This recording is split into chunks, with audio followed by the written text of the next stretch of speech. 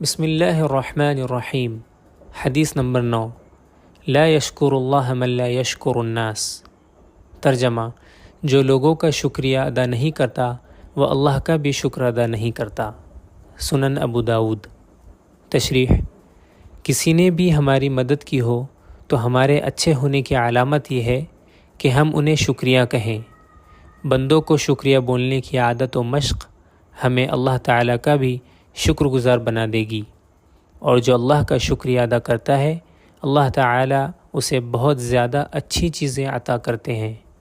یہ اللہ کا وعدہ ہے۔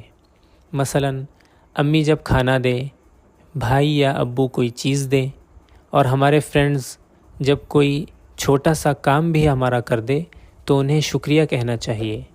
شکریہ کے بہترین الفاظ جزاک اللہ ہے، پھر اس کے بعد تھینک یو کہیں۔